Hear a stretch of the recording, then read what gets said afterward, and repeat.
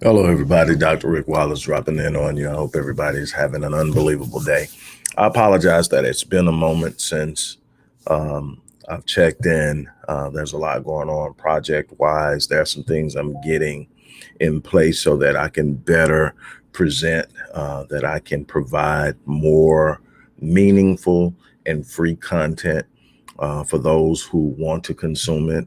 Also, to be able to better serve people with those paid programs, services, and products that we do offer.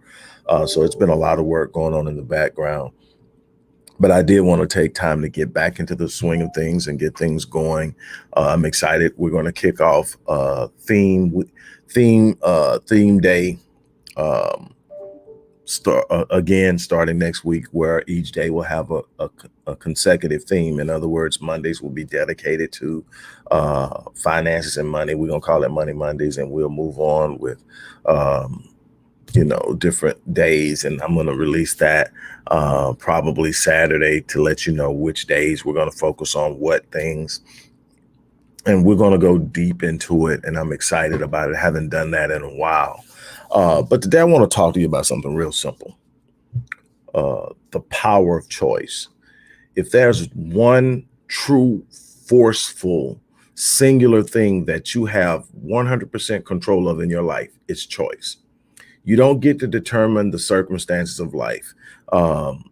You don't get to choose every disruption or whether you're going to have a disruption. You don't get to choose how other people will treat you. There are so many things that are completely out of your control. But the one thing that you do have in your control is choice. And that when you understand the power of choice and the things you are able to choose, you realize that you still have absolute control over your ultimate outcomes. No, you don't get to choose every move and every turn and crick and crevice of your journey, but you do get to choose the destination. You do get to choose what you will ultimately produce in this life. And it comes by the choices you make. No, you are not going to get a situation where you get to have complete comfort. You're not going to get a situation where there are no disruptions, there are no delays, there are no disappointments, there's no frustrations, there are no people talking behind your back, there are no people literally plotting your demise. That simply is not life. There are some people that don't like you, and they're going to do everything they can to disrupt what you're doing. There are going to be some people who may feel they love you but can't possibly see you make it, and they not. Or you're going to have situations where people are simply going to be an obstacle in your way. Situations are going to produce challenges. That is life. So how do we deal with things like that? We deal with it by the choices we make. That's the beautiful thing about life. I have a choice. I don't have a choice of what I come into, but I do have a choice of how I respond to it. I do have a choice, and those choices can be broken down into three. The first thing is what I choose to focus on. Too many of you are focusing on the negative. Too many of you are focusing on the things you can't control. Too many people are focusing on the negative side of the total panoramic view of the picture of the moment that you're sitting in at that moment. What does that mean? That means that you've just made a conscious or subconscious decision that you're going to focus on the negative. Here's the problem. Whatever you focus on, you feel. Whatever you place your focus on is going to have a massive impact on how you feel spiritually, emotionally, psychologically, and physically. It's going to literally change your mood or impact your mood, impact your attitude, impact your expectations. It's going to impact your thinking. You got to be very careful what you choose to focus on. I choose to focus on the positive. I choose to, and there's always a positive, but no, there's not always a positive.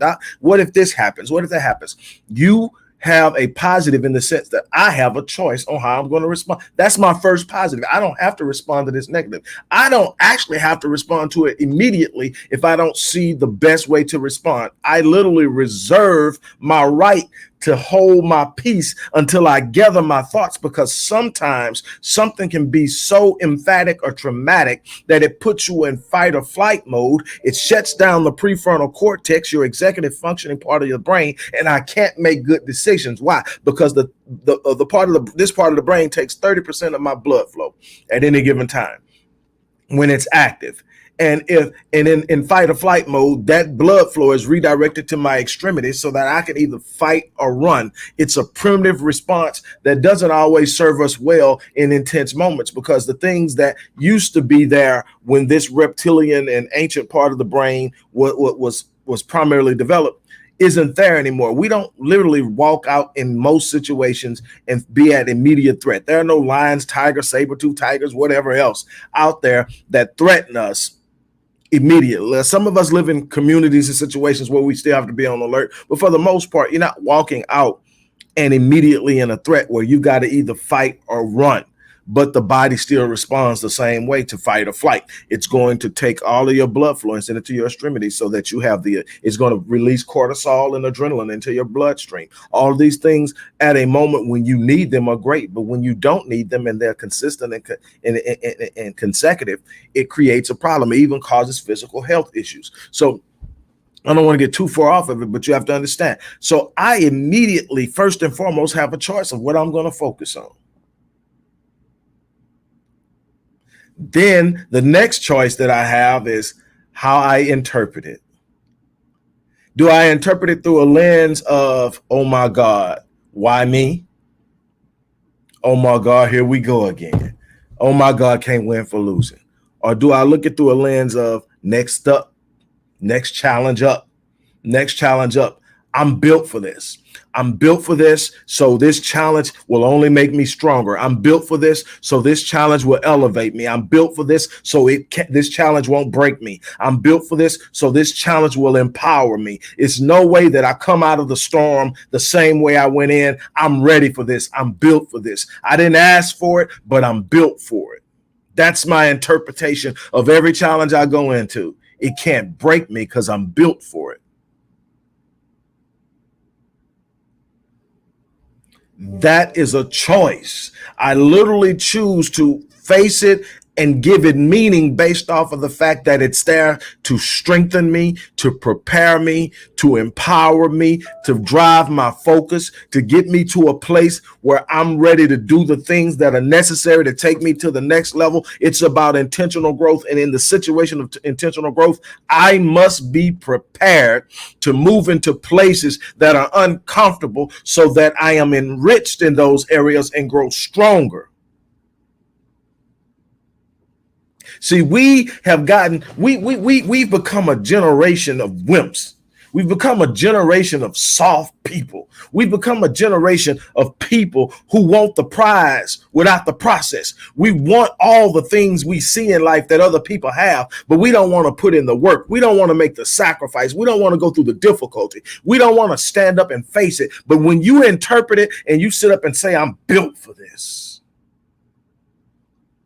finally, after I decide after I make a choice of what I'm going to focus on, and after I make a choice on how I am going to interpret it, then I make a choice on what I'm going to do about it. And that choice is going to have a direct impact on the outcome of that situation and ultimately in the outcome of my life. I can choose to approach it from the position of finding a solution, or I can choose to approach it as a victim. I can decide, oh, woe, it's me, or I can decide, let's go make it happen. I tell people all the time, it's not that it's not that I'm the smartest person in the room. It's not that I have all the answers. It's not that I know all the people. It's not that what is it then? It's simply that I'm going to make it happen, or I'm going to die trying. It's already happened now. You can't change that it happened. You can't wish it away. So then the question becomes simply, what are you going to do about it? Are you going to whine and complain? Are you going to blame and point fingers? Are you going to sit there and just go, oh, are you going to sit up and say, I can make a difference? I can do something about it. I can stand up and I can walk through this. I can come out on the other side of fear. I can come out on the other side of heartache. I can come out on the other side of pain. I can come out on the other side of frustration. I can come out on the other side of delay. Hell, delay doesn't mean denial. Do you know how many people are sitting in a position of failure right now because they didn't know how close they were to succeeding when they quit? Have I made a path for me in the world of intellectualism and academia? Absolutely. But that's not why I'm successful. That's just me playing around with my success. That's just me saying, what can you do next, mister? That's me saying, but you know what it is? I'm going to tell you something. It's just my mindset. My mindset, if I decide I want it, I'm going to have it. I don't care what it is. I don't care if I don't own a level of expertise in it now, but I will. I don't care if I've never walked in it before. I will. Let me tell you something. Let me tell you something here. Your attitude will always have a greater impact on your success than your IQ. How you think and how your psychology is 80% of your success. How you start your day, your state of mind, the mood you're constantly in. Do you see everything as a problem or a puzzle? There's a difference. Problems frustrate. Puzzles are meant to be solved. How do you see it? That's that interpretation thing I was talking about. See, if I interpret it as one of the things I do in prayer and meditation every morning, one of the things I do is I end a part of my meditation by saying that that the obstacles and disruptions in my life are what? Only an illusion. There can be no obstacles or disruptions in my life or to the mind of God. And the mind of God is in me, around me, and it serves me now. I'm never at a point where I don't have a solution because the mind of God flows through me. God, the mind of God is never stumped at anything. And if I'm connected, then I have access to the mind of God. I simply have to slow down and apply myself with what's readily available. And that's the answer. There's an answer to everything. There's never a problem you're going to face that there's no solution to. The problem with most people is they give more power to the problem than the solution. The problem becomes so big that it becomes intimidating. Once it becomes intimidating, it shuts them down. They start looking for a place to retreat to. That's why no matter where I go, that I've spoken before, when I introduce and I'm walking up on stage, I can hear shouts in the audience saying, no surrender, no retreat, because it's a part of my message. We don't surrender. We don't retreat. We don't quit. We don't turn around. There's no pleasure in retreating. There's no pleasure in surrendering. There's no pleasure in turning around. Pressing on, pushing through, standing up. Did I say one time it was easy? No. Like Will Smith said, God put everything worth having on the other side of fear. I would add pain. If you ain't going through fear and pain, you ain't got the best that life has to offer. Not that it's about suffering, but there's a part of you that's got to invest in you at a level that most people aren't willing to have in order for you to get the things you need. Hey, Kiana, which quote are you speaking of? I'm moving at 100 miles an hour. I want to make sure. Can you type which quote you want me to restate? And I'll definitely restate it for you. Look, this thing is really up to you. No, you don't control the circumstances and the situations. You do control how you respond to them. And your response is going to be indicative of what you receive and what you achieve and what you experience.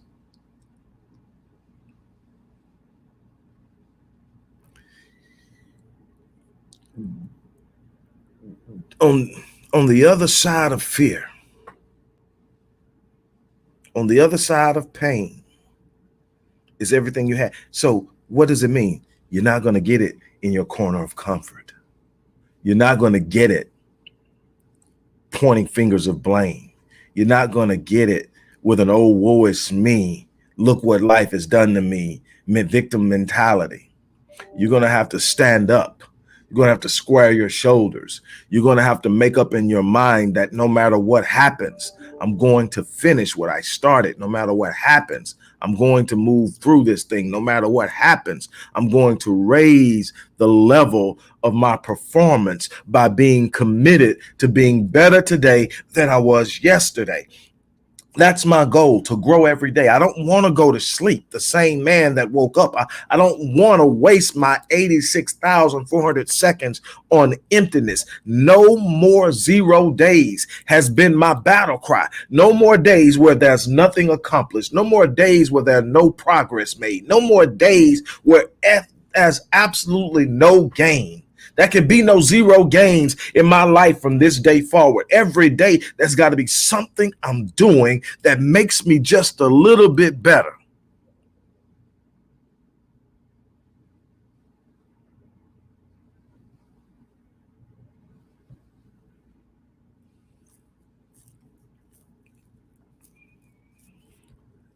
There's got to be that thing. I think I know what you're talking about, Kiana. But if you're talking about my ending of my morning prayer meditation, the last stanza of my spoken affirmation is that I enjoy life. Each day brings a constant demonstration of the power and the wonder of God in my life. I am committed to excellence. I am adequately sufficient to meet every challenge. I am powerful beyond measure. No obstacle or undesirable circumstance in my life is accepted. It is nothing but an illusion, because there can be no obstacle or undesirable circumstance to the mind of God, which is in me and around me and serves me now. And that's every day. That's the end. There can be no obstacle or undesirable circumstance to the mind of God, which is in me and around me and serves me now. So that tells me that anything that I see as an obstacle or undesirable circumstance is just an illusion. Why? Because I have access to the solution. One of the things that when talking to my wife and or listening to her talk to other people about me, and what she has commended to me directly face to face, is that while I possess a number of different characteristics that she's attracted to, the thing that she appreciates the most about me is the calmness at which I deal with adversity. And she admits that when she first saw that in me, she saw it as disconcerted, or maybe not being concerned, or maybe even denial.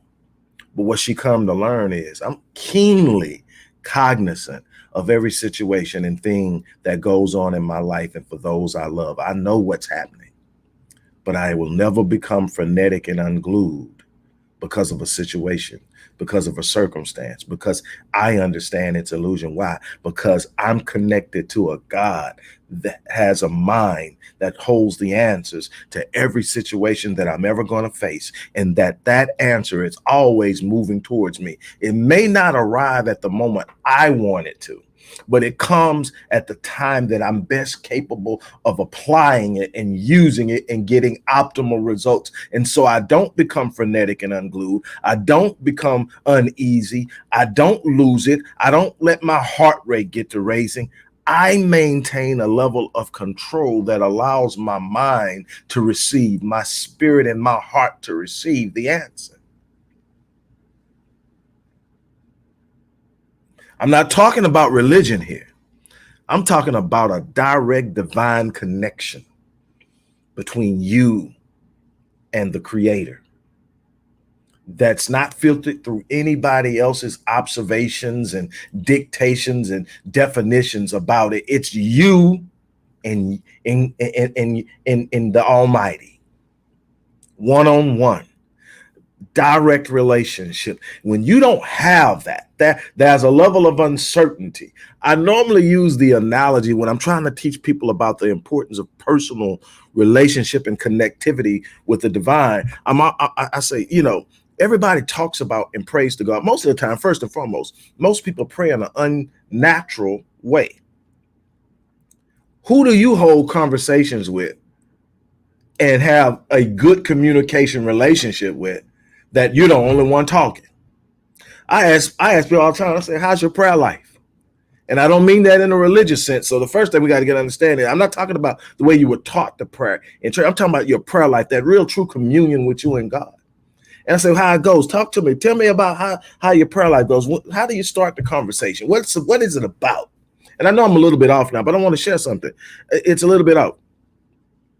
And they go, when I start like this, I'm like, okay. And then what? And they go on. And so we 10 minutes into the prayer. And I said, hold up, stop. At what point do you listen? How can you hear when you're constantly talking? How much sense does it make that the vast majority of your prayer is telling someone who already knows what's going on?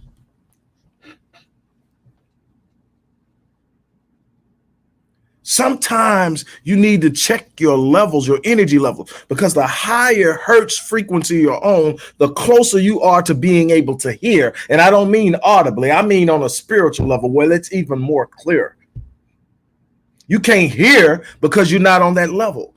You're praying from a place of desperation and fear. You're at 200 hertz. You're down there with all that other negative stuff. Fear is a part of negativity. Anxiety is a part of negativity.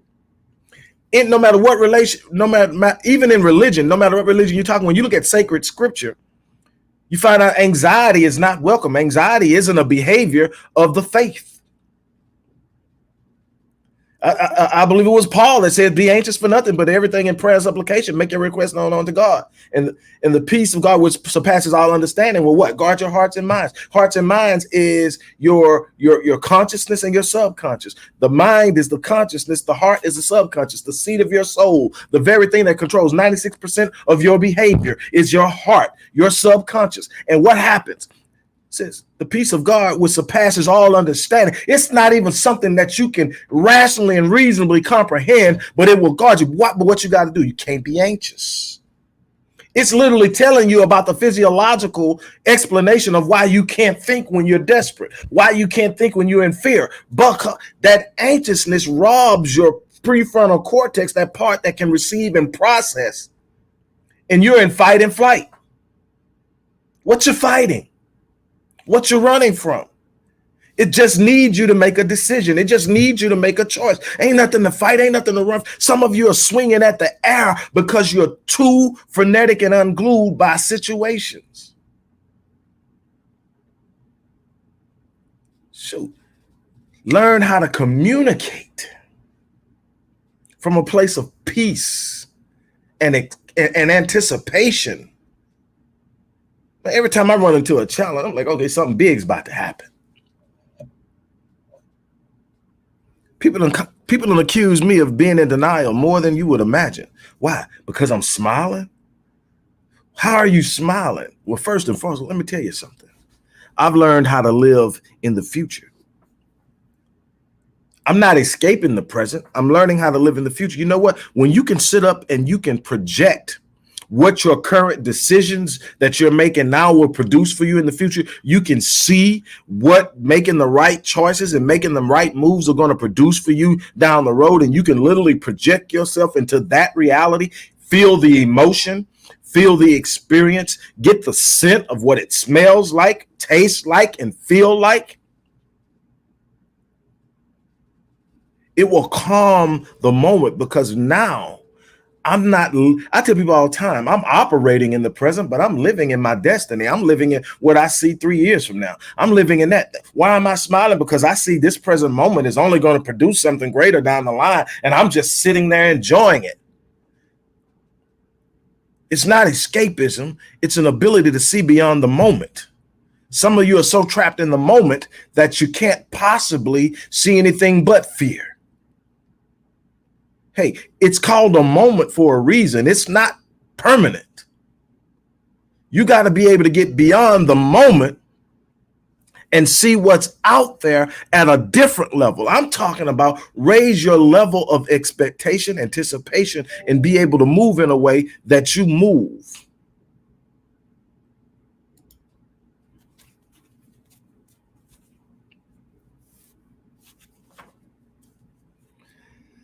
I am wishing you all the best. I'm going to do everything I can to bring you as much empowering and relevant content as I can. Things that are going to touch on some of the things that people are facing in life on an everyday basis. Some ways to deal with it and confront it that you can just sit down and consume at no cost to you. Yes, I love to work with people. And yes, they pay me well to do it. And no, I'm not cheap, but I have a like a 99.98% success rate. Matter of fact, everyone who has ever completed a program with me has rated the program as successful. The only ones are the ones that have not completed it, and that are fewer in, but very few. And they never said it wasn't successful. They just didn't complete it. I know what I'm doing, but I'm going to get you some things that you can consume that don't cost you anything, because I want you to have something to fight with. Those of you that decide you want to work with me, reach out to me. There are some resources in the description box. You can reach out to my support team at the address that I'm typing in the chat for those that are going to be able to get the chat. But you should definitely be able to reach me. And there we go. It's out there now. Look, it's your choice. You don't get to choose your circumstances, but you do get to choose how you respond, and how you respond is going to have a direct impact on the outcome. It's that simple. Now, there are ways to train yourself to respond properly, to stop yourself from going into fight or flight mode, or to rescue yourself from fight or flight mode. I teach that. But what you cannot do is consistently allow yourself to be triggered and putting yourself in a situation where you can't properly respond. On that note, I'm gonna get ready to get out here. As I always say, I live my life on full so that I die on E. I challenge you to do the same thing. Don't leave any potential untouched when you leave this world. On my memorial, because I've already told my family I don't want that old traditional thing. Cremate me. Save the money, cremate me. But whatever memorial you put up with my name on it, just put I came, I saw, I conquered. And then let the life that I live speak for me. And I'm going to be fine with that. That should be where you're at. However you want to be remembered as you. But you should be able to say, I can let the life that I live speak for me. The life that I live has become my legacy. And on that note, I'm out of here. You guys have an unbelievable day, and we will talk soon.